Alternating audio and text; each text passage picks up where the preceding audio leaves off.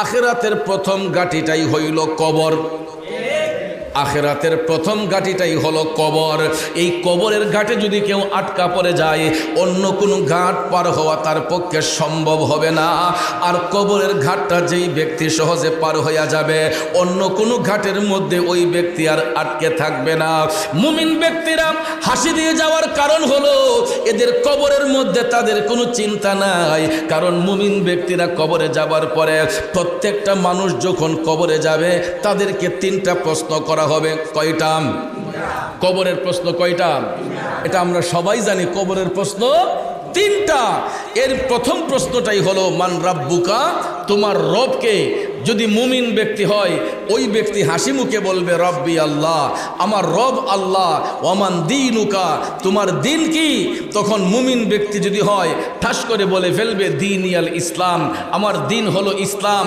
ভাইয়ার আমার, ওই মুহূর্তে রহমাতাল লিল আলামিন নূর নবীকে যার যার কবরের মধ্যে হাজির করা হবে। আল্লাহর হাবিব সাল্লাল্লাহু আলাইহি ওয়াসাল্লামকে দেখিয়ে বলা হবে ওমান হাজার রুজুল, তোমার রসুলকে, ওনাকে চিনতে পারো? মুমিন ব্যক্তি যদি হয় তখন বলে ফেলবে হাজা মুহাম্মদুর রাসূলুল্লাহ সাল্লাল্লাহু আলাইহি ওয়াসাল্লাম। মুমিন ব্যক্তি হলে আমার নবীর চেহারা মুবারক দেখার সাথে সাথেই নবীর প্রেমে ফানা হয়ে যাবে। এই তিনটা প্রশ্নের উত্তর যখন দিয়ে ফেলবে তখন ভাইয়ার আমার, বন্ধুর আমার, ওই ব্যক্তির কবরটা সুখের হয়ে যায়। আমার আল্লাহ রহমতের ফেরেশতার মাধ্যমে ওই কবরটাকে নূরের মহল বানাইয়া দেয়। দুনিয়ার জমিন থেকে মুমিন ব্যক্তির যখন ইন্তেকাল হয়, এ দেওয়ার এলাকার বাবাজিরা, মুমিন ব্যক্তিরা দুনিয়া ছেড়ে যাওয়ার পরে তাদের কবরটা 3.5 হাত থাকে না। হাদিস শরীফের মধ্যে মদিনার কামলিওয়ালা নবী, মায়ার নবী, দয়ার নবী বলেছেন মুমিন ব্যক্তির ইন্তেকালের পরে তাদের কবরটা নূরের মহল হয়ে যায়।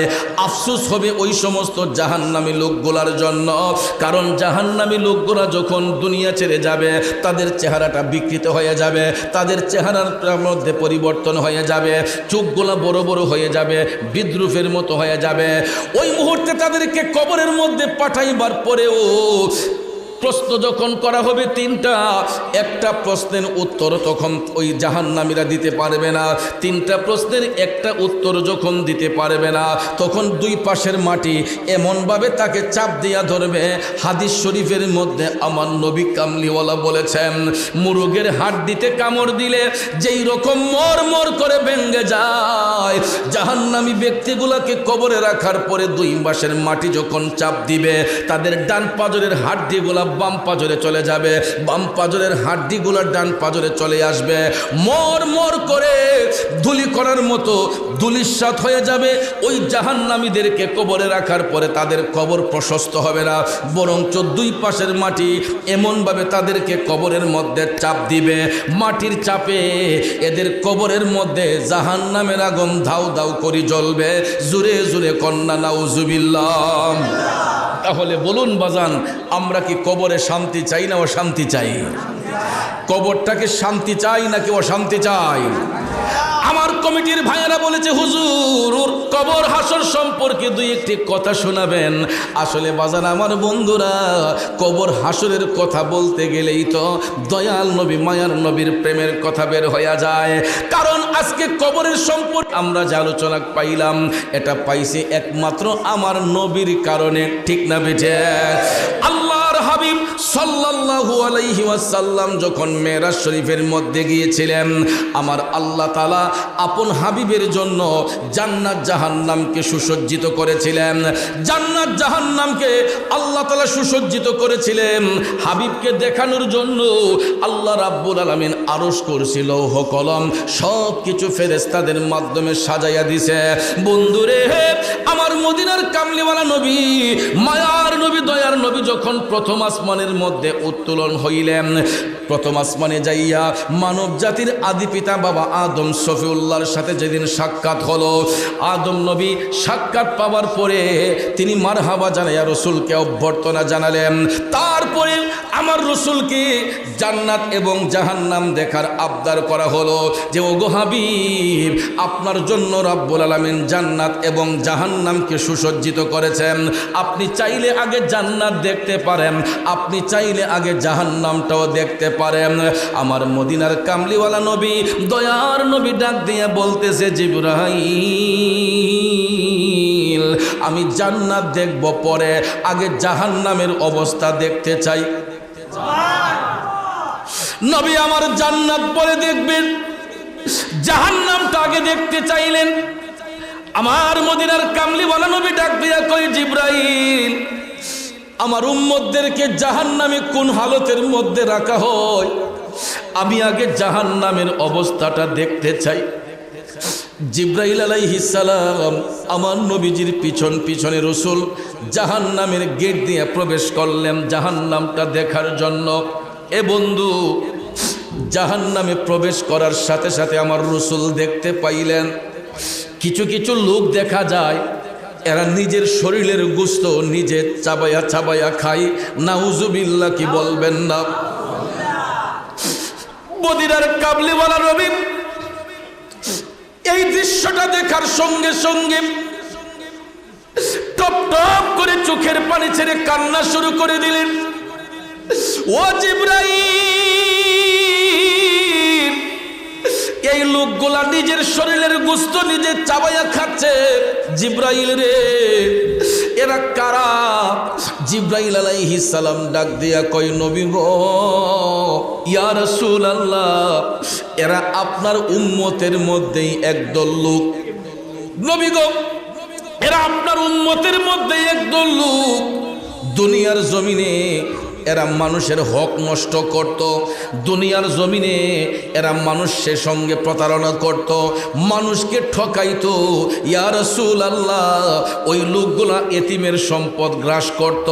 আপনারা বলুন, এই প্রকৃতির লোক আমাদের সমাজে আছে না নাই? রাগ করবেন না, গুসা করবেন না। স্বার্থের উপর আঘাত পড়লে দেখবেন মানুষ মানুষকে খুন করতেও দ্বিধা করে না, ঠিক না বেঠে?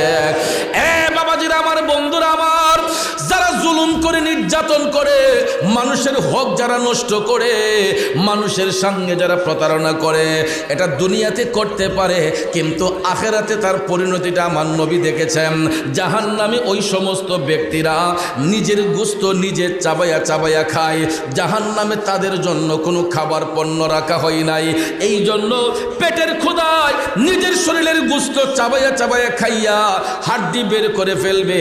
জিবরাইল কয়, নবী গো, আবার আল্লাহ তাআলা গোশত জয়েন দিবে, আবার খাইতে খাইতে হাড্ডি বের হয়ে যাবে। এই রকম ভাবে কিয়ামতের আগ পর্যন্ত, শেষ বিচারের আগ পর্যন্ত ওই জাহান্নামী ব্যক্তিগুলা তারা নিজের গোশত নিজে চাবায়া চাবায়া খাবে। জোরে জোরে কন্না নাউজুবিল্লাহ। বড় ভাইটা মারা গেলে, বড় ভাইটা মারা গেলে দুইটা তিনটা ভাতিজা, মেজু কাকা থাকে, ছোট কাকা থাকে, তখন দেখবেন বড় ভাই মারা যাবার 40 দিন পার হয় না, ভাতিজাদেরকে ডাক দিয়া কয়, অমুক পুবের চোখের জমিনটা কিন্তু তোর বাপ থাকতে এটা আমারে দিয়ে গেছি, ঠিক না ভাই? ঠিক। অমুক বন্ধের জমিনটা আমার নামে ছিল, তোর আব্বা এটা জানতো, তোরা তো জানোস না। এরকম ভাবে দেখবেন ভাতিজাদেরকে সম্পদ থেকে ঠকাইয়া ফেলে কিছু কিছু কাকা আছে, আসেনিও? আপনারা দেখবেন কিছু কিছু মানুষ আছে এতিমের সম্পদ গ্রাস করে, এতিমদের নাম দিয়ে টাকাই না, এই টাকা নিজে খেয়ে ফেলে, আছে না নাই? বন্ধুরা আমার, আলোচনার বিষয় ছিল অন্যদিকে। কমিটির আবদারে আমাকে বলল এই বিষয়ে কিছু কথা বলার জন্য, প্রসঙ্গ ঘুরিয়ে নিয়েছে। আপনাদের কি কোনো কষ্ট হচ্ছে বাজান? আল হাক্কু মুররুন, সত্য কথা তিতা লাগবে, কিন্তু সত্যটা গ্রহণ করবেন। ও বাজান, শুধু তাই নয়, এই দৃশ্য দেখার পরে আমার মদিনার কামলিওয়ালা নবী, মায়ার নবী আরেকটু সামনে গেলেন। আরেকটু সামনে যাইয়া মদিনার কামলিওয়ালা নবী দেখতে পান আরো কিছু কিছু লোক দেখা যায়, তাদের পেট গোলা অনেক উঁচা উঁচা, পেটের চামড়া গোলা খুবই পাতলা, সাপ বিচ্ছু তাদের পেটের মধ্যে কিলকিল করতেছে। আমার দয়াল নবী টপ টপ করে চোখের পানি সাইরা কান্দে গো।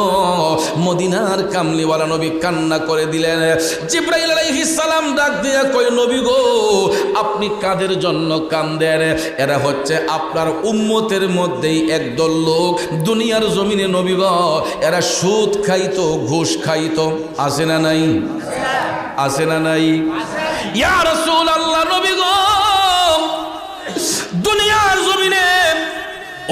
মানুষগুলা সুদ খাইতো, ঘুষ খাইতো, এই জন্য মানুষের প্রতি জুলুম করার কারণে, সুদ গ্রহণ করার কারণে এই সম্পদটা হারামে পরিণত হইয়া তার দেহের রক্ত মাংসগুলা সব হারাম করে দিয়েছে।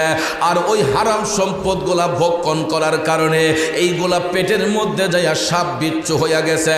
কারণ বাজান আমার, বন্ধুরা আমার, দয়াল নবী জাহান্নামের মধ্যে গিয়া দেখছেন সুদকুর ঘুষকুরের পেটের চামড়া পাতলা, তাদের পেটের ভিতরে সাপ বিচ্ছু দৌড়াদৌড়ি করে।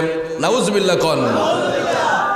এই সুদকুর ঘুষকুরের পেটকে রিচার্জ করে বিজ্ঞানীরা অ্যাকোরিয়াম আবিষ্কার করছে। অ্যাকোরিয়াম চিনেন? বড় লোকদের ড্রয়িং রুমের কর্নারে দেখবেন গ্লাস ফিটিং করে বিভিন্ন প্রজাতির মাছ এটার ভিতরে ছাড়ে, আছে না নাই? এটা বাহির থেকেও দেখা যায়, ভিতর থেকেও দেখা যায়। তো এটা যে আবিষ্কার করছে বিজ্ঞানীরা, এই রসুলের হাদিস শরীফকে রিচার্জ করে, সুদকুর ঘুষকুরের পেটকে রিচার্জ করে বিজ্ঞানীরা অ্যাকোরিয়ামের আবিষ্কার করছে। কারণ সুদকুর ঘুষকুরের পেটের চামড়া খুব পাতলা ছিল, সাপ বিচ্ছু তাদের পেটের মধ্যে কিলকিল করতেছে। আমার রসুল সেটা আপন চোখ মোবারকে দেখেছেন। জোরে কন্না আল্লাহু আকবার।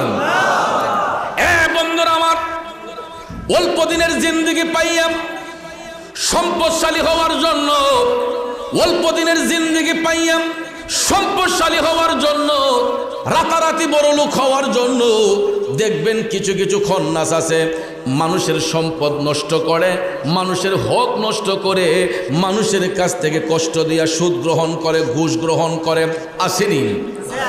প্রায় 90% জায়গায়, 95% জায়গায় আপনি প্রত্যেকটা সেক্টরে যান, ঘুষ ছাড়া একটা কাগজও এই জায়গা থেকে ওই জায়গায় যায় না।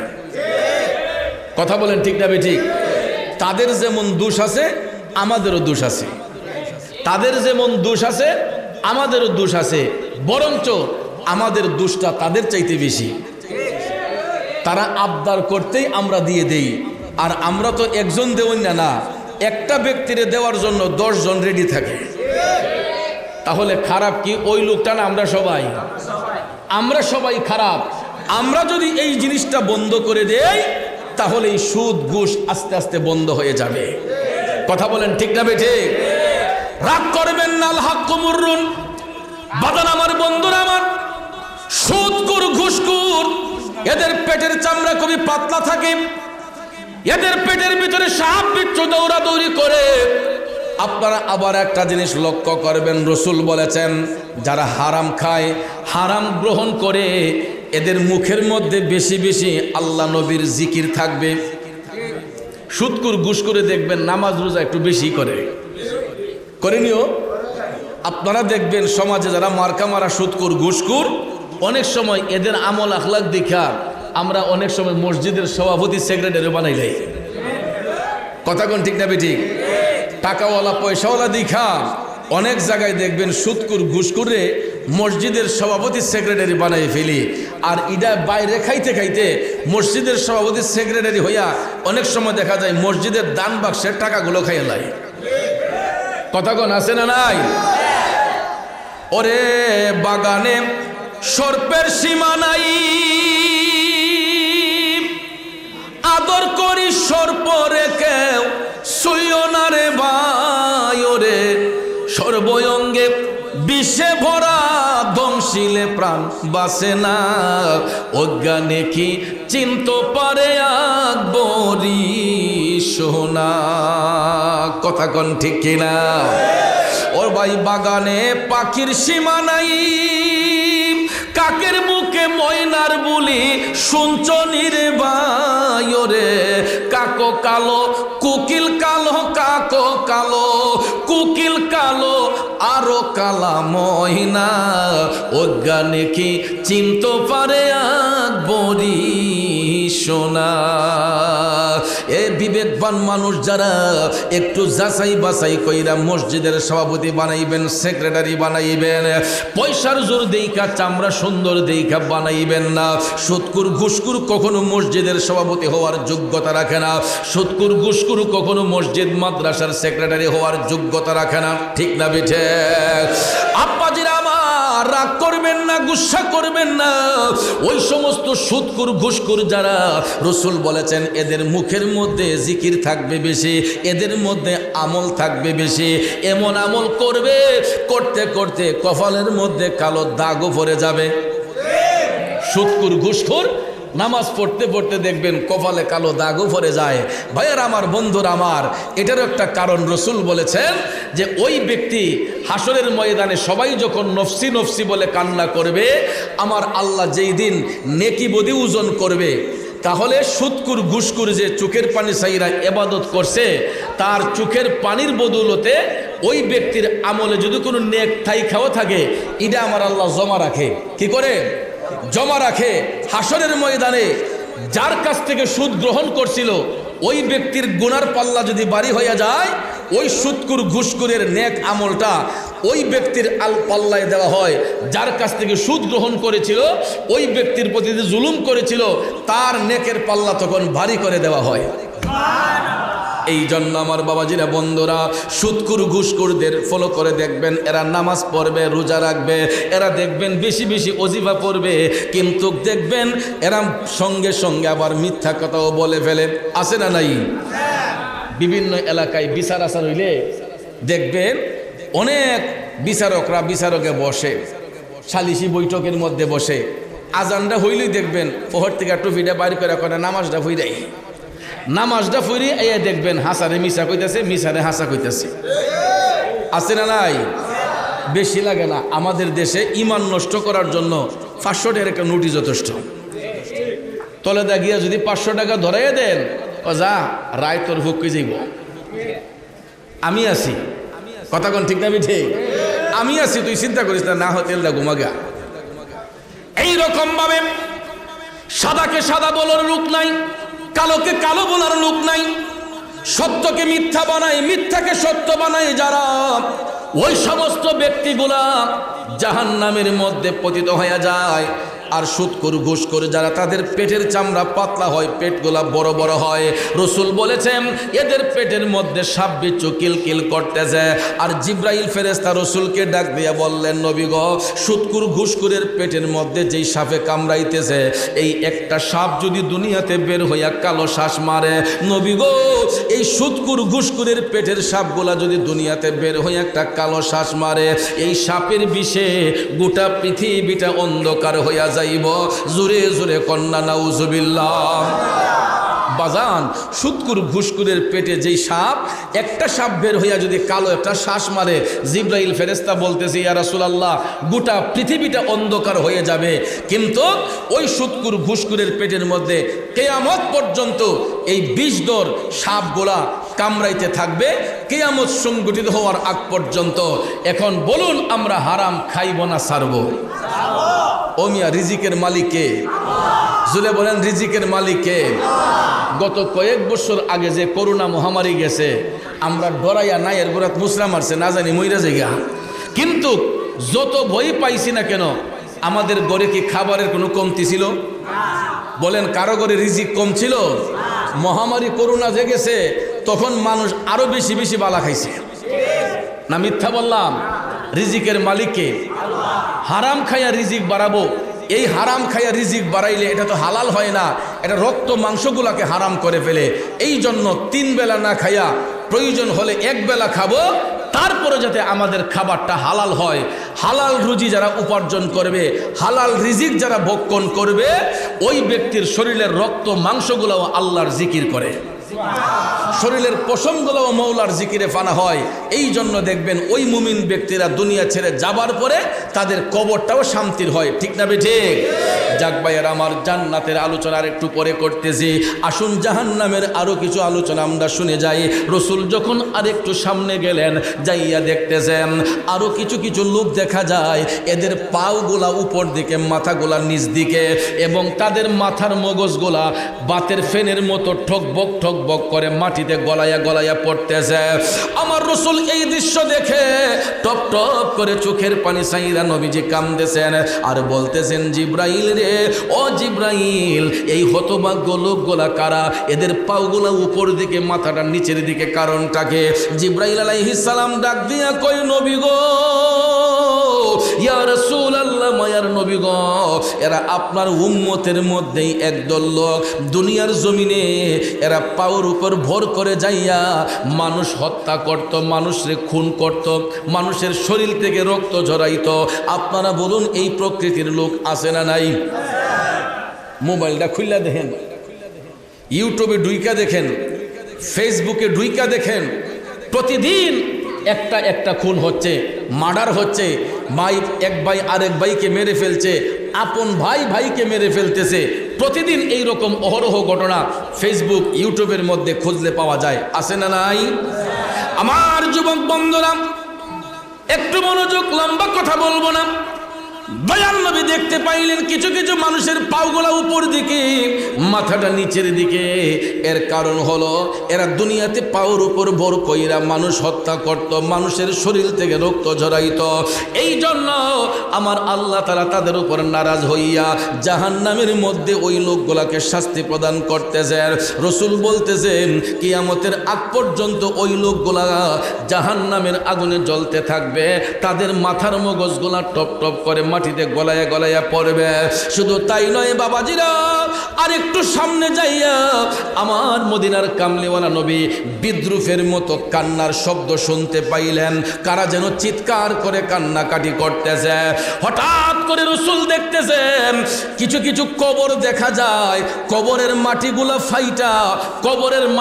ফাইটা আগুনের ফুলকিগুলা উপর দিকে উতলাইয়া উঠতেছে। আমার দয়াল নবী টপ টপ করে চোখের পানি চাইরা কান্দা বলতেছেন, ও জিব্রাইল, মাটি ফাইটা আগুনের ফুলকি বের হচ্ছে, কান্নার শব্দ শোনা যাচ্ছে। জিব্রাইল আলাইহিস সালাম বলতেছেন, নবী গো, এরা আপনার উম্মতের মধ্যেই একদল লোক দুনিয়ার জমিনে ওই লোকগুলা মা বাবার মনে কষ্ট দিত, মা বাবার শরীরের উপর হাত উঠাইত। আছে না নাই? আছে না নাই?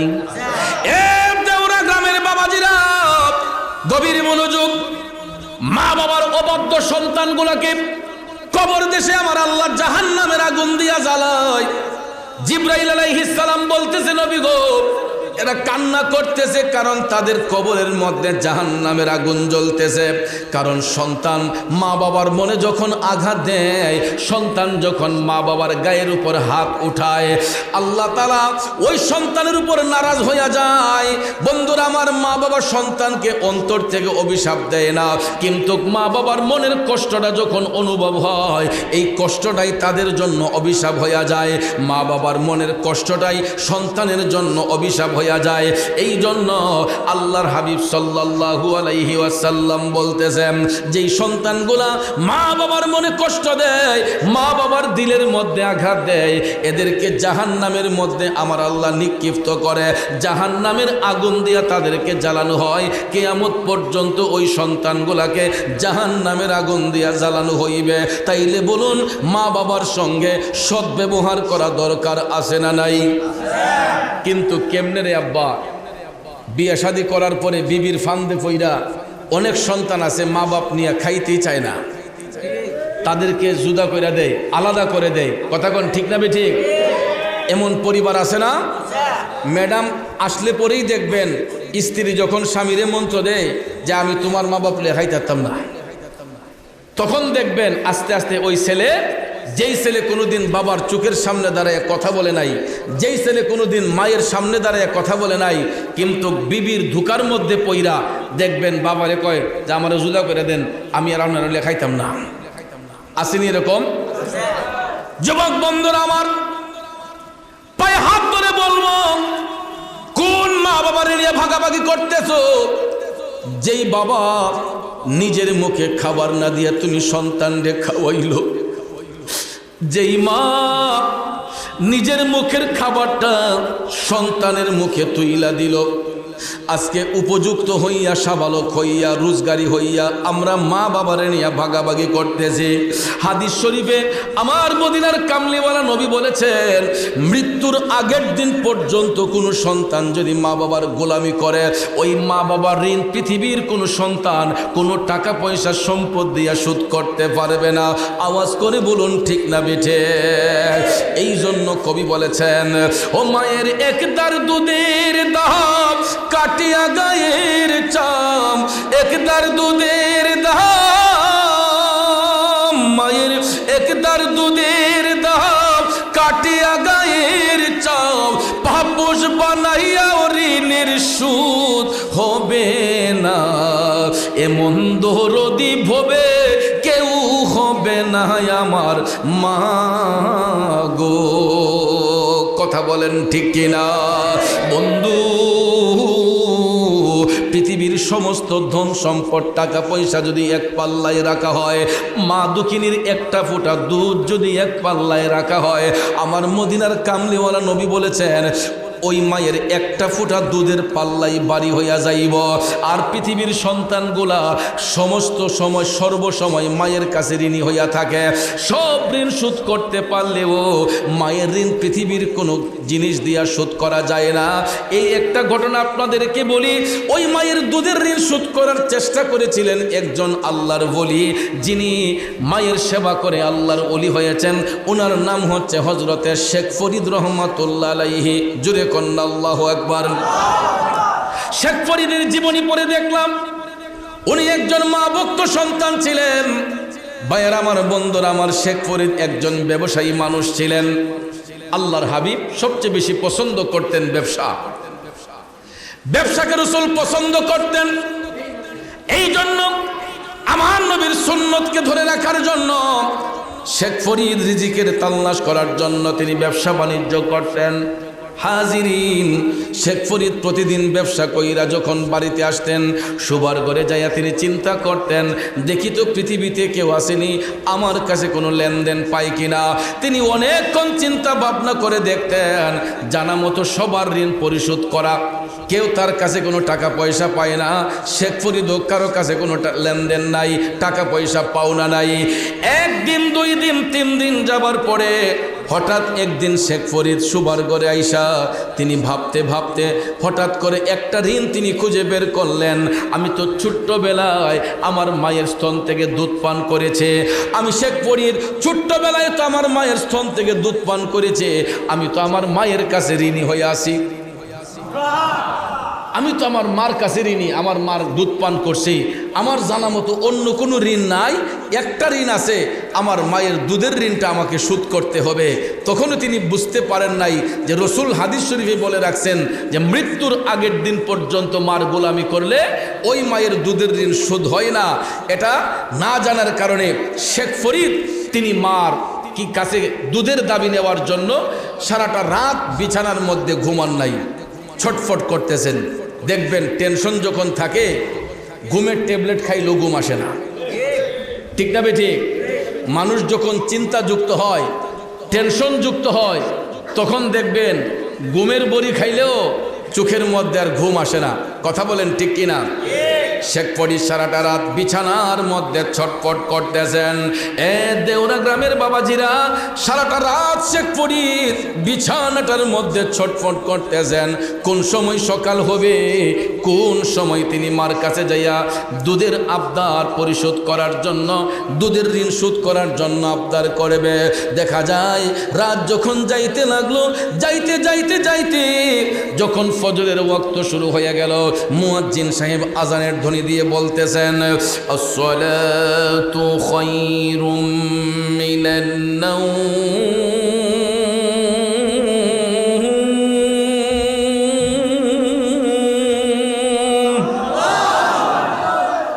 এই আওয়াজটা শুনলে কোন মুমিন ব্যক্তি কি বিছানায় পিঠ রাখতে পারে? কথা বলেন, পারে? কিন্তু আমরা এমন পুরা কপাইল্লা, ঘরের কাছে মসজিদ, ফজরের আজান দিলে মাইকে আমরা ঘরের থেকে আজান শুনি না, এমন ঘুম আমাদের চোখের মধ্যে। আর মুমিন ব্যক্তি যারা হয়, এরা 7 রাইতের জাগ না হলেও যখন ফজরের টাইমে বলা হয় আসসালাতু খায়রুম মিনান নাওম, কোনো মুমিন ব্যক্তি আর বিছানায় পিঠ রাখতে পারে না। কথা কোন ঠিক না বিঠে? আব্বাজিরা আমার, গভীর মনোযোগ, মনোযোগ। শেখ ফরিদ যখন আজানের ধ্বনি শুনলেন আসসালাতু খায়রুম মিনান নাওম, তিনি জাগ্রত হয়ে গেলেন নামাজ পড়ার জন্য। শেখ ফরিদ বিছানা ছেড়ে দিলেন। ওনার মা বিছানা ছেড়ে দিলেন জাগ্রত হইয়া। মা অজু সহকারে নামাজের মুসল্লায় শেখ ফরিদ মসজিদের মধ্যে চলে গেলেন নামাজ পড়ার জন্য। ফজরের নামাজ যখন শেষ হয়ে গেল, ফজরের নামাজ যখন শেষ হয়ে গেছে গো, শেখ ফরিদ শিশির ভেজা সকালে তিনি আস্তে আস্তে বাড়ির মধ্যে প্রবেশ কইরা মার শিয়রে যাইয়া দেখে ফজরের নামাজ পড়িয়া দরদি মা বৈশা বৈশা কোরআন তেলাওয়াত করতেছে। কি করতেছে? কোরআন তেলাওয়াত করতেছে। বর্তমানে কি কোরআন তেলাওয়াতের রেওয়াজ আমাদের সমাজে চালু আছে? অনেক পরিবারে নাই, হাতে গোনা কয়েকটা পরিবার। আর না হলে এখন আর এই দৃশ্য দেখা যায় না। আমরা যখন ছোট্ট ছিলাম, আজ থেকে প্রায় 30 বছর আগের কথা বলতেছি, আজ থেকে প্রায় 30 বছর আগের কথা বলতেছি, যখন ছোট্ট ছিলাম আমরা যখন মক্তবে যাইতাম তখন দেখতাম আমাদের গ্রামের বাড়ির লম্বা উঠান ছিল। বড় চাচা, মেজু চাচা, ছোটো চাচা ফজরের নামাজ পড়ে তারা চাটি বিছাইয়া উঠানের মধ্যে বৈশা কোরআন তেলাওয়াত করতেন।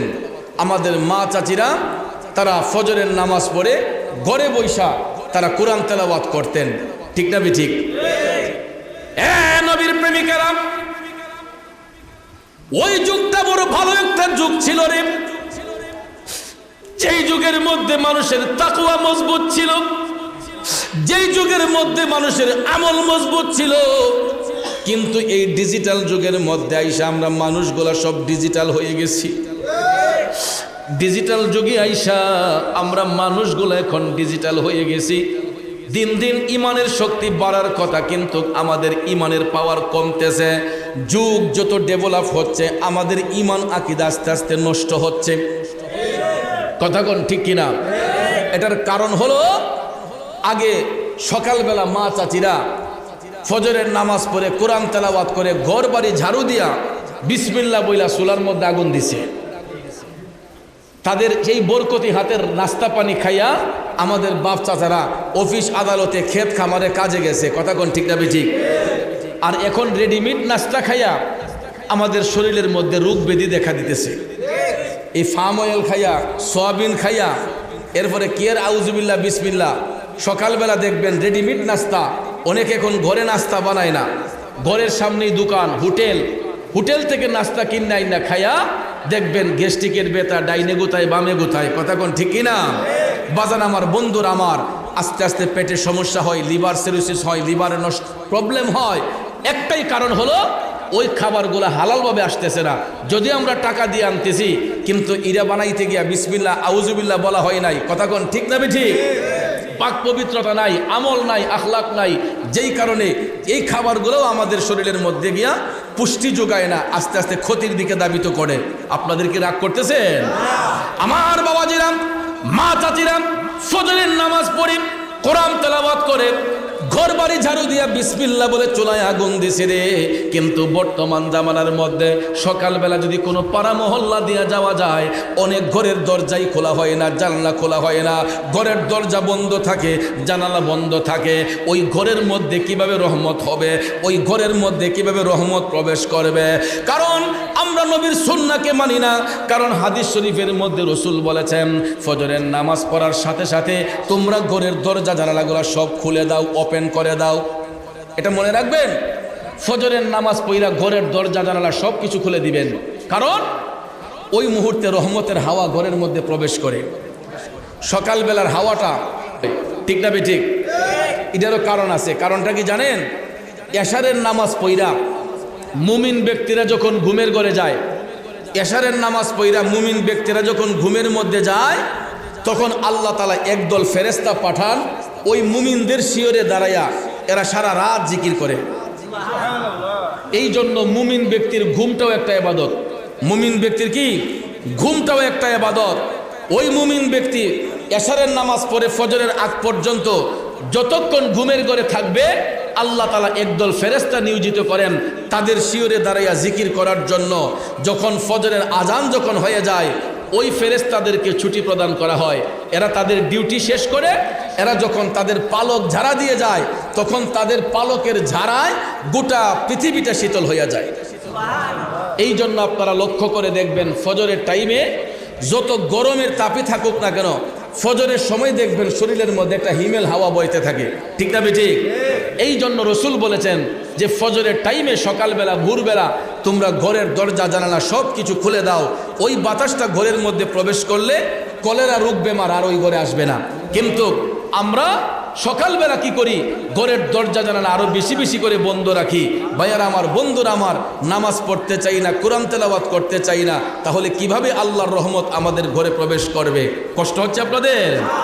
বলতেছিলাম কি, শেখ ফরিদের মা ফজরের নামাজ পড়ি কোরআন শরীফ তেলাওয়াত করতেছেন, বাবাজিরা আমার, বন্ধুরা আমার, কোরআন শরীফ তেলাওয়াত করতেছেন। শেখ ফরিদ মায়ের শিয়রের মধ্যে দাঁড়াই আছেন।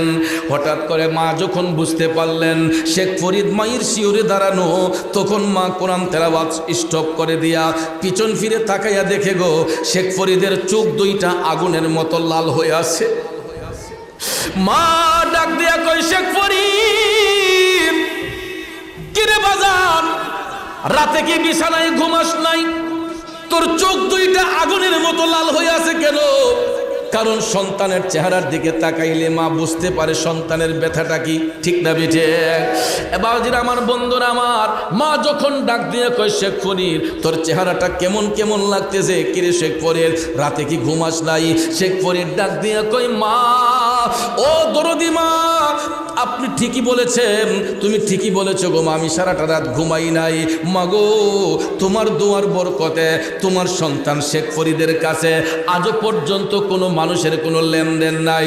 আমি জানা মতো সবার ঋণ পরিশোধ করে দিয়েছে, তবে একটা ঋণ আমার বাকি আছে গো মা। মা তখনও বুঝতে পারে নাই। ডাক দিয়া কয়, জাদুমণি শেখ ফরিদ, কি ঋণ বাকি আছে? শেখ ফরিদ ডাক দিয়া কয়, মা, আমি ছোট্টবেলায় যখন আমি অবুঝ ছিলাম, শিশু ছিলাম, তোমার স্তন থেকে আমি দুধ পান করেছি, তোমার স্তন থেকে আমি দুধ পান করেছি। মা, এখন তো আমি রোজগারি হয়েছি, টাকাওয়ালা হয়েছি, আমাকে আল্লাহ সম্পদশালী বানাইছে। মাগো, আমি তোমার দুধের ঋণ শোধ করতে চাই। বলো মা, কত টাকা দিলে তোমার দুধের ঋণটা শোধ হবে? এই কথা যদি সন্তানের মুখ থেকে কোনো মা শুনে, বলুন তো ওই মায়ের সেন্স কি ঠিক থাকে? থাকার কথা? মা ডাক দিয়ে কই, শেখ ফরিদ, কিরে তুই কি পাগল হয়ে গেছিস? আল্লাহর ওলি শেখ ফরিদ ডাক দিয়ে কয়, মা, আমি তোমার ঋণ শোধ করতে চাই। টাকা যদি না চাও, আমি সম্পদ দিয়ে হলো তোমার দুধের ঋণ শোধ করব, তোমার গোলামি কইরা হইল তোমার ঋণ আমি শোধ করব। এই কথা শোনার পরে ওই দরদি মা, ওই মায়ের বাক শক্তি বন্ধ হয়ে গেছে। মা আর কথা বলে না। শেখ ফরিদ ধাক্কাইয়া কয়, মা, বলো না, বলো না গো মা, কতটা সম্পদ দিলে তোমার দুধের ঋণ শোধ হবে? মা যখন কথা বলে না, মায়ের বাক শক্তি বন্ধ হয়ে গেছে। শেখ ফরিদ কই, বুঝছি মা, এমনি হবে না, আমি তোমার গোলামি করব, তোমার সেবা করব, এরপরও আমি তোমার দুধের ঋণ শোধ কইরা ছাড়ব। এরপর থেকে শেখ ফরিদ মায়ের সেবা করা শুরু করে দিলেন, মায়ের গোলামি করা শুরু করে দিলেন।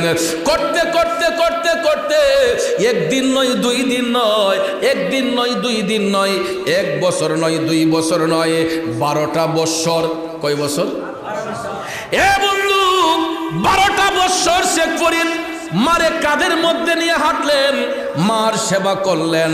12 বছর পরে কান্দের মধ্য থেকে মারে লামাইয়া শেখ ফরিদ কয়, আম্মা, একদিন নয়, 2 দিন নয়, 12টা বছর তোমার গোলামি আমি শেখ ফরিদ করছি গো মা। ও মা, 12 বছর তোমারে কান্দে লইয়া হাঁটলাম, মাগো, এবার বলো তোমার দুধের ঋণ শোধ হইছিনি?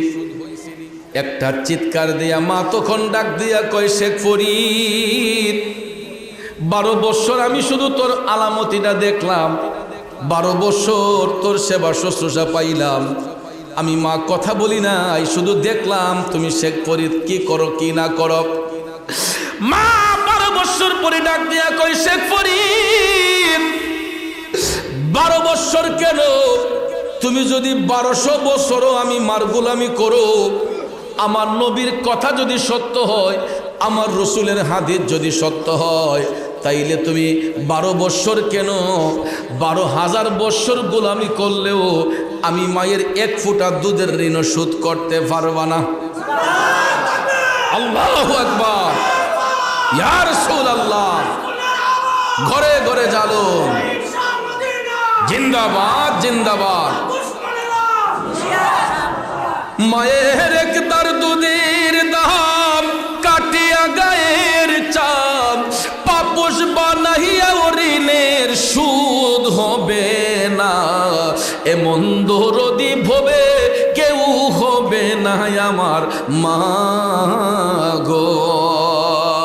শেখ ফরিদ ডাক দিয়ে কয়, মা আমি যদি মৃত্যুর আগের দিন পর্যন্ত তোমার গোলামি করি তাইলে তো দেখি তোমার দুধের ঋণ শোধ হবে না। তখন শেখ ফরিদ মায়ের পায়ে দইরা পরে রইলেন, মায়ের পায়ে জড়াইয়া কয়, মা গো মা, আমার ভুল হয়ে গেছে মা, আমি 12 বছর গোলামি কইরা দুধের ঋণ শোধ করতে চাইছি মা, এটা আমার চরম বিয়াদবি হয়েছে, ভুল হয়েছে মা, আমি তো তোমার সন্তান, তুমি তো আমাকে 10 মাস 10 দিন গর্ভে ধারণ করেছ, আমি তোমার সন্তান হইয়া মা তোমার কাছে ক্ষমা চাই, জিন্দেগিতে আর কোনোদিন তোমার কাছ থেকে কোনো হিসাব নিকাশ চাইব না। এটা বলার পরে শেখ ফরিদের মা নামাজের মুসল্লায় বৈশা আমার আল্লাহর ডাক দিয়া কয়, আল্লাহ আমার শেখ ফরিদ রে তুমি ওলি বানাইয়া দাও। আরো জোরে কন্যা সুবহানাল্লাহ। এ বন্ধু, মা আমার আল্লাহর ডাক দিয়া কয়, আল্লাহ আমার শেখ ফরিদে তুমি অলি বানাইয়া দাও। মায়ের ডাক আল্লাহ কবুল করবে কি করবে না? একটা কথা মনে রাখবেন, পৃথিবীর সব মানুষের মোনাজাত যদি এক পাল্লায় রাখা হয়, মায়ের একটা মোনাজাত যদি এক পাল্লায় রাখা হয়, আমার নবী কামলিওয়ালা বলেছেন ওই সন্তানের জন্য তার মায়ের একটা মোনাজাতের পাল্লাই বাড়ি হইয়া যাইব। এই জন্য বাজান, মার মনে কোনোদিন কষ্ট দেওয়া যাবে না, মার সাথে কোনোদিন বিয়াদবি করা যাবে না। বন্ধুরে, আপনি দেখবেন যাচাই কইরা, এই মুহূর্তে যদি আপনার একটা দুর্ঘটনা ঘটে, দেখবেন সবার আগে মাটা পাগলিনীর মতো দৌড়াইয়া চলে আসবে, ঠিক না?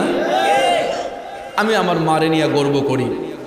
সব মাহফিলে আমাকে বিভিন্ন জায়গা থেকে টেলিফোন দিয়ে অনেক ভাইয়েরা আমার সঙ্গে কথাবার্তা বলে, হুজুর আপনার আলোচনার মধ্যে শুনি আপনি মার কথা বলেন, আপনি মা প্রেমিক সন্তান। আসলে ভাইয়েরা আমার একটা গর্বের সহিত বলি, কেন? আমরা 4 ভাই 2 বোন, আমরা মা প্রেমিক সন্তান। এখনো আমার বাবা মারা গিয়েছেন প্রায় 26 বছর উপরে, এখন পর্যন্ত আমরা আমাদের মার অনুমতি ছাড়া একটা কদম দেই না। কারণ কথাগুলো তো রেকর্ড হচ্ছে, কোনোদিন মার কানে পৌঁছাবে। একটা কদমও মার অনুমতি ছাড়া আমরা বেলাইনে দেই না। মা যে আদেশ করেন প্রত্যেকটা আদেশ আমরা পালন করার চেষ্টা করি। গত 2 সপ্তাহ আগে, 2 সপ্তাহ এখনো হয় নাই, আমি আমার মাকে নিয়ে মক্কা শরীফ মদিনা শরীফ জিয়ারত করে আসছি। আম্মা বলছে, ফুত আমারও লিয়া যাওগা। ইতিপূর্বে আরো 3 বার গেছে, এবার নিয়ে 4 বার আম্মা।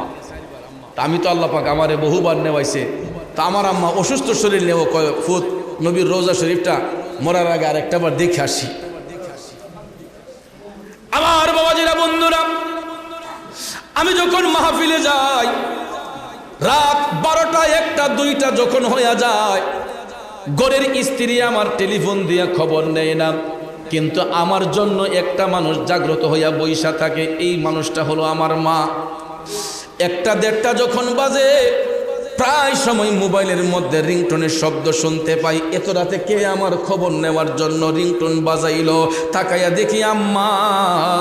আমি সালামটা দিয়া যদি বলি, আম্মা গো, কি গো মা, এখনো কি ঘুমান নাই গো আম্মা? আম্মা ডাক দেয়া কই, ফুত কেন যেন তোমার জন্য একটু টেনশন লাগে, দেশের হালচাল ভালো না। আম্মা ডাক দিয়া কই, ফুত দেশের পরিস্থিতি ভালো না, না জানি কোন জায়গায় কোন বিপদ হইয়া যায়। এই জন্য যেদিন মাহফিলের কথা বলি, আম্মা আজকে অমুক জায়গায় মাহফিল, আম্মা বলে, ফুত এলাকার লোকগুলা কেমন, পরিচিত লোক আসেনি? দেখেন, এই কথাটা মা বলে যে পরিচিত লোক আসেনি, এলাকার মানুষগুলা কেমন, এটা যাচাই করে মা। আর কি কেউ বলবে কথা? এরকম শুধু আমার মা কেন, আপনিও যখন একটা অন্য জায়গায় যাবেন, আপনার মাও দেখবেন আপনারে বলবে যে ফুত জায়গাটা বালানি, ফুত এলাকার মানুষটি কেমন, কথা কোন ঠিক না বেঠে? এটাই হলো একটা মায়ের বৈশিষ্ট্য, একটা মায়ের কর্ম এটাই হয় সন্তানের জন্য, যে সন্তান যাতে কোনো বিপদগ্রস্ত না হয়, সন্তান যাতে টেনশনযুক্ত না হয়, এই জন্য দেখবেন মা সব সময় সাহস জুগায় দেয়। কথা কোন ঠিক কিনা? আমার যুবক ভাইয়েরা, আমি দেখেছি বিদেশ বাড়িতে যেই সন্তানগুলো থাকে, অনেক মা ছেলের রুজি বাড়ার জন্য, বরকত বাড়ার জন্য, রুজিতে বরকত বাড়ানোর জন্য অনেক মা দেখছি নফল রোজা রাখে। অনেক মা নামাজের মুসল্লায় বসে আর কিছু কয় না, হুজুর আমার ফুটের লেগে একটু দোয়া করেন, হুজুর আমার ফুটটা যদি ভালো থাকে এই দোয়াটা করেন। আর ঘরের স্ত্রী আইয়া কয়, হুজুর আমার জামাই টেহা দেয় না, একটু তদবির করে দেন যাতে টেহাটা ফাটাই দেয়। কথা কোন ঠিক না বেটি? আর মা গিয়া দোয়া চাই হুজুরের দ্বারা, যে হুজুর আমার ছেলেটা যাতে ভালো একটা অবস্থানে থাকে, তার রুজিটা যাতে বাড়ে, আর আমার ছেলে যাতে ভালো থাকতে পারে, এজন্য খাস করে একটু দোয়া করে দিন। এরকম দোয়া করে মা। আর ঘরের স্ত্রী টাকার হিসাব করে, টাকা গণনা করে। কথা কোন ঠিক না বেঠে? সব স্ত্রী না, আবার কিছু কিছু ভালো স্ত্রীও আছে যারা একটা সংসারকে সুন্দর করে পরিচালনা করে, তাই বলে সবাইকে আবার খারাপ ভাববেন না। ঠিক না বেঠি? কিছু কিছু মা বোন আছে যারা স্বামীর টাকার জন্য অপেক্ষা করে আর বেধুম টাকা খরচ করে অন্য রাস্তায়, এটার বললাম না বাকিটা, আরেকজনে হাত তামা করে ইনকাম করে, আর ওইদিকে ঘরের বিবি টাকা দিয়া বাদশাহী করে। আসেনি? এই জন্য ভাইয়ার আমার, 2 সপ্তাহ আগে আমি যখন সৌদি আরবে ছিলাম, আমি আমার প্রবাসী বাঙালিদের কষ্টের জিনিসগুলা দেখে আসলাম, তাদের মনের কষ্টগুলা বুঝে আসলাম। এমনও ছেলে আছে কাজ নাই, বৈশা বৈশা খাইতেছে, কিন্তু বাড়ি থেকে চাপ দিতেছে টাকা পাঠানোর জন্য। পাঠাইবো কেমনে? কাজ নাই, কাম নাই। কত কষ্টে বিদেশ বাড়িতে দিন কাটাইতেছে আমাদের প্রবাসী রেমিটেন্স যোদ্ধারা। 2 মাস 3 মাস কাজ করাইয়া টাকা দেয় না, বেতন দেয় না। এত জঘন্য ব্যক্তিগুলা, ছেলেগুলা হাত তামা করে ফেলছে, পরিশ্রম করতেছে। 8 মাস 9 মাস হয়ে গেছে, 3 মাস হয়ে গেছে, এদেরকে বেতন দেয় না। আর ওই সমস্ত বিহেভগুলা করতেছে কিছু কিছু কোম্পানির সুপারভাইজার। এর মধ্যে আমাদের বাঙালি সুপারভাইজার অনেকে আছে। 10টা 20টা লেবার নেওয়ার পরে এদের কাছ থেকে এদেরকে কাজ করাইয়া এদের নাম দিয়া কোম্পানি থেকে বিল উঠায় বড় অঙ্কের। সে নিজে বড় লোক হইয়া এলাকার মধ্যে গিয়া 5 কানি 10 কানি জমি রাখে, আর ওই ছেলেগুলারে কষ্টে দিন কাটাইতেছে। 10 দিন কাজ করাইলে 1 দিনের বেতন দেয়, 10 দিন কাজ করাইলে 2 দিনের বেতন দেয়, তো বাকি 8 দিনের বেতন যায় কই? এগুলা এই সুপারভাইজাররা মাইরা বিভিন্ন এলাকার মাঝে গিয়ে হেরা দানবীর হয়। আছে না নাই? মসজিদও 50,000 দেলায়, মাদ্রাসাত 1 লাখ দেলায়। মানুষে তো কয়, বাবা রে হে দিহালি হি দিন গেল বিদেশ, অতটি আর মালিক হয়ে গেছে গা। টাকা কি গাছও ধরেছে যারা দিলি পরে? এত রাতারাতি বড় লোক হয় কিভাবে? পরের হক মাইরা। এই জন্য বাবাজিরা আমার, পায়ে হাত ধরে বলবো, জান্নাত যদি পাইতে হয় এই সমস্ত অন্যায় অত্যাচার ছেড়ে দিতে হবে বাজানো। আমার দয়াল নবী জাহান্নামের মধ্যে যাইয়া এই দৃশ্য দেখলেন, যারা মা বাবার মনে কষ্ট দেয় এদের কবরের মধ্যে আগুন জ্বলে। আমার আলোচনা সংক্ষেপের দিকে নিয়ে যাব, কারণ সময় চলে যাচ্ছে। বন্ধুরা আমার, বাবাজিরা, এবার জাহান্নাম দেখতে যাইয়া রসুল আরেকটা পাশ দিয়া গেলেন, যাইয়া দেখতেছেন আমার মা বোনদের আযাব। পুরুষ বাড়ি এত কব, হুজুর হগল আযাব কে আলে আমরা পুরুষের লেগে, মহিলার কোনো শাস্তি নাই? জাহান্নামে নারীদের শাস্তি সবার আগে ছিল, কারণ রসুল যখন জাহান্নামে দেখতে আরেক পাশ দিয়ে গেলেন, যাইয়া দেখতেছেন কিছু কিছু নারীদেরকে চুলের সঙ্গে ঝুলাইয়া, চুলের সাথে ঝুলাইয়া তাদেরকে শাস্তি প্রদান করা হচ্ছে। আমার দয়াল নবী টপ টপ করে চোখের পানি ছেড়ে কান্না করতেছেন, ও জিব্রাইল, এই হতভাগ্য নারীগুলা কারা? জিব্রাইল আলাইহিস সালাম বলতেছেন, ইয়া রাসূলুল্লাহ, এরা আপনার উম্মতের মধ্যেই একদল নারী, এরা দুনিয়ার জমিনে পর পুরুষ থেকে তাদের চুলগুলা লুকাইয়া রাখতো না। চুল খুলুন না ভিডিও আসেনি আমরা দেশ, রাস্তাঘাটে চললে, বিভিন্ন বিয়ে শাদীর অনুষ্ঠানে গেলে, পার্লারিং করলে দেখবেন তাদের চুলের বাতাস আরেকজন মানুষের নাকের মধ্যে গিয়ে লাগে। কথা কোন ঠিক না বেঠিক? চুলের সুবাটা যখন আরেকটা পুরুষের নাকে লাগে, ওই পুরুষটা ওই নারীর দিকে আকৃষ্ট হইয়া যায়। কথা কোন ঠিক না বেঠিক? এই জন্য ভাইয়ের আমার, রসুল বলেছেন, যেই নারীগুলা চুল খুলে রাস্তাঘাটে চলাফেরা করে, হাসরের ময়দানে আল্লাহ তাআলা ওই ব্যক্তি নারীদের চুলের সঙ্গে ঝুলাইয়া তাদেরকে শাস্তি প্রদান করা হবে। এর শাস্তির কারণ হলো এরা পর পুরুষ থেকে নিজের চুলকে লুকাইয়া রাখতো না। নবী আরেকটু সামনে গিয়ে দেখতেছেন আরও কিছু কিছু নারী দেখা যায় এদেরকে জিহ্বার সাথে ঝুলাইয়া পেরাক দিয়ে শাস্তি প্রদান করা হচ্ছে। জিহ্বার মাঝখান দিয়া পেরাক ঢুকাইয়া জিহ্বার সাথে এদেরকে ঝুলাইয়া শাস্তি প্রদান করা হচ্ছে। আমার নবী কান্না করতেছেন। জিবরাইল আলাইহিস সালাম বলতেছে, নবী গো, এই নারীগুলা আপনার উম্মতের মধ্যেই একদল নারী, এরা দুনিয়ার জমিনে তাদের জবান দিয়ে আপন স্বামীকে গালিগালাজ করত এবং এরা এই বাড়ির ঝগড়া ওই বাড়িতে লাগাইতো। এরকম সাংবাদিক আসেনি? কথাগণ আসেনি? আপনার ঘরে ফান্ডা হাই ওই দেখবেন গেছে গা দক্ষিণ পাড়া গিয়া কয় চাষি গরো নি গো, ঠিক না বেঠে? চাষি গরো নি কিতা গো, আগো শুনছুনি কুস্তা কয় কিতা, কয় অমুকে তো তার বউ ছেড়ে দিছে। আসেনি এরকম? অথচ তারা স্বামী স্ত্রীর মধ্যে মনোমালিন্য হয়েছে, এই বিদিকে আহি করে ফান হাইয়া এই কথা যখন জানছে, এই সংবাদটা সরাইবার লেগে দেখবেন ঠাস করে দক্ষিণা দিকেছে গা, উত্তরা দিকেছে গা, ফুবা দিকেছে গা, পশ্চিমা দিকেছে গা, গিয়া আরো 10 জন রে এই করে গিয়া ফান হাইতেছে, শুন হাইতেছে, আগো হে জামাইয়ে যেই কথা কইছে, ঠিক না বেঠি? এরকম রেডিমেড সাংবাদিক আছে না? কার গরু কিতা হইতেছে না হইতেছে দেখবেন নীরবে আইতে গিয়া সিফাদা কানাদা ছাইয়া দেহে এই গরু কিতা হইতেছে না হইতেছে, আবার এই ঘরের কথা নিয়ে আরেক ঘরে লাগায়, ওই ঘরের কথা নিয়ে আরেক ঘরে লাগায়। এরকম চুকুল করি মহিলা আছে না নাই? এদের শাস্তি হবে জাহান্নামে। রাসূল বলেছেন এদের জিহ্বার সাথে পেরাক দিয়া ঝুলাইয়া আমার আল্লাহ তাদেরকে শাস্তি প্রদান করবে। কারণ এই কারণ হলো এরা স্বামীকে গালিগালাজ করত এবং পরনিন্দা করত। জোরে কোন নাউজুবিল্লাহ। যাক বাজার আমার, জাহান্নামের আলোচনা বহুত করলাম, এবার জান্নাতের মধ্যে চলে যাই। আমার রাসূল জাহান্নাম দেখার পরে জান্নাতের মধ্যে যখন প্রবেশ করলেন, জান্নাতের দরজা দিয়ে প্রবেশ করার সাথে সাথেই রাসূল দেখতে পান জান্নাতি একটা খুশবু নবীজির নাক মুবারকে লাগতেছে। এত সুন্দর খুশবু দেখা আমার নবী মুস্কি মুস্কি হাসতেছেন। আর হাসতে হাসতে রাসূল যখন জান্নাতের মধ্যে প্রবেশ করলেন, দেখতেছেন কিছু কিছু নূরের মহল দেখা যায়। এক একটা মহলের মধ্যে এক একজন লোক আরাম করতেছে, সুস্বাদু খাবার খাইতেছে। আমার রাসূল ডাক দিয়ে বললেন, ও জিবরাইল, একটু আগে দেখলাম কি এখন দেখতেছি কি, এত সুন্দর সুন্দর মহল, এত সুন্দর সুন্দর ঘর দেখা যায়, এক একটা ঘরের মধ্যে এক একটা লোক বৈশা সুস্বাদু খাবার খাইতেছে। জিবরাইল আলাইহিস সালাম ডাক দিয়া কয়, নবী গো, ইয়া রাসূলুল্লাহ, এরা আপনার মুমিন উম্মতের মধ্যে একদল লোক। ইয়া রাসূলুল্লাহ, এরা আপনার উম্মতের মধ্যে মুমিন। নবী গো, আপনি যেই নূরের মহলগুলা দেখতেছেন, এইগুলা দুনিয়ার কোনো ঘর বাড়ি না, এইগুলা হচ্ছে আপনার মুমিন উম্মতের এক একটা কবর। ইয়া রাসূলুল্লাহ, এইগুলা দুনিয়ার কোনো ঘর বাড়ি না, এইগুলা আপনার মুমিন উম্মতের এক একটা কবর। এরপরে রাসূল এই দৃশ্য দেখে আইসা দুনিয়াবাসীকে জানাইলেন যে মুমিনদের কবর নূরের একটা মহল হইয়া যায়। এটা 3.5 হাত থাকে না। আমরা যদিও 3.5 হাত কবরে মুমিনদেরকে দাফন করে আসি, 40 কদম দূরে আসার সাথে সাথেই আমার আল্লাহ রহমতের ফেরেশতা পাঠাইয়া মুমিন ব্যক্তির কবরটাকে 70 গজ প্রসারিত করে এক একটা মুমিনের কবর এক একটা জান্নাতের মহল হইয়া যায়।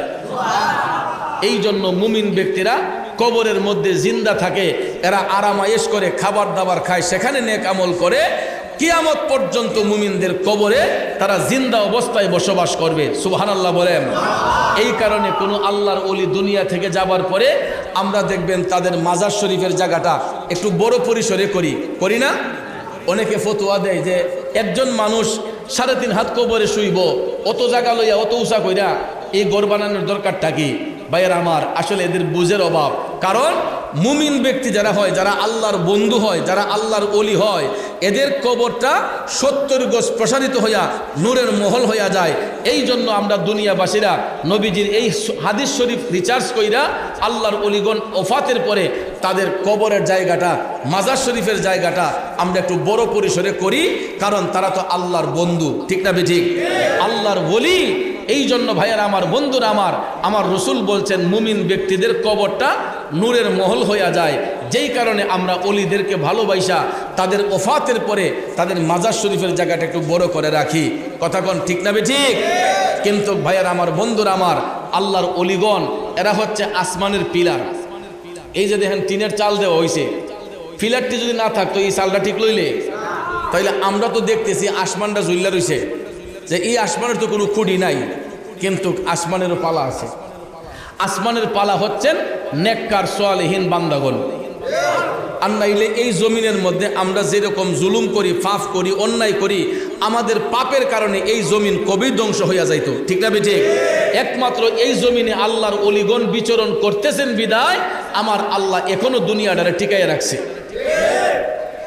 নবীর প্রেমিকারা, শুধু তাই নয়, আল্লাহর হাবিব জান্নাত দেখতে যাইয়া আর একটু সামনে গিয়া দেখতেছেন বিশাল বিশাল এক একটা এলাকা দেখা যায়, বিশাল বিশাল এক একটা বাড়ি দেখা যায়। ইয়া রাসূলুল্লাহ, আমার নবী দেখতেছেন বিশাল বিশাল বাড়ি দেখা যায়, এক একজন পুরুষ আর 70 জন বেহেশতে হুর গেলমা এক একটা পুরুষের সঙ্গে। সুবহানাল্লাহ কোন। এই বাড়িগুলোতে শুধু একজন পুরুষ আর 70 জন বেহেশতে হুর তাদের সঙ্গে। আমার রসুল দেখে মুস্কি হাসতেছেন। জিবরাইল আলাইহিস সালাম বলতেছে, ইয়া রাসূলুল্লাহ, আপনি যেই ঘরগুলা দেখতেছেন আর এক একজন পুরুষের সাথে 70 জন বেহেশতে হুর দেখতেছেন, নবী গো, এরা আপনার উম্মতের মধ্যেই একদল মুমিন ব্যক্তি যারা দুনিয়ার মধ্য থেকে তাদের যৌবনটারে হেফাজত করছে। কি হেফাজত করছে? যৌবন হেফাজত করছে। কোনো বেড়ির দিকে চাইছে না, চোখ আতারে ফাতারে গেছে না, জিনা বেবিচারে লিপ্ত হইছে না, চোখটাকে সবসময় নম্র রাখছে, অবনত রাখছে। এই জন্য রসুল বলতেছে, জিবরাইল বলতেছে, ইয়া রাসূলুল্লাহ, যৌবনটাকে হেফাজত করার কারণে, যৌবনের হেফাজত করার কারণে পুরস্কার হিসেবে আল্লাহ তাআলা ওই সমস্ত জান্নাতি পুরুষদেরকে বেহেশতের 70 জন রমণী দান করছে। এরা তাদের সেবা করবে কিয়ামত সংগঠিত হওয়ার আগ পর্যন্ত। তাহলে ভাইয়ের আমার, আপনারা বলুন, জান্নাত চাই না জাহান্নাম চাই? তো জান্নাতের মধ্যে যাইতে হলে আমাদের নেক আমল করার দরকার আছে না নাই? তাহলে আজকের পর থেকে কেউ নামাজ কাজা করব? রোজা কাজা করবেন? আমরা নামাজ পড়বো না ছাড়বো? জোরে বলেন, পড়বো না ছাড়বো? আজকে দেখা যায় অনেক মানুষ হাট বাজারে বসে থাকে, আজান হওয়া সত্ত্বেও দোকানপাটে বসে থাকে। তাইলে ওয়াজ শুনে লাভ হইল কি? এই জন্য আমি পায়ে হাত ধরে বলবো, যেখানেই থাকেন, যেই অবস্থায় থাকেন, ওয়াক্ত মোতাবেক নামাজ পড়তে হবে, ওয়াক্ত মোতাবেক নামাজ পড়তে হবে, হালাল রিজিক বক্ষণ করতে হবে। আর সব সময় কবরের কথা চিন্তা করবেন, দুনিয়াটার কথা বেশি চিন্তা করেন না। দুনিয়াটা ক্ষণস্থায়ী। দুনিয়ার যতদিন থাকবেন, সকালে ঘুম থেকে উঠার পরে আল্লাহর কাছে বলবেন, আল্লাহ, এই দিনটাই মনে হয় আমার জীবনের শেষ দিন, এই দিনটাই মনে হয় আমার জীবনের শেষ দিন। রসুল বলেছেন, যেই ব্যক্তি দৈনিক 40 বার মরণের কথা স্মরণ করে, ওই ব্যক্তি জীবনে কোনোদিন পাপ কাজ করতে পারে না।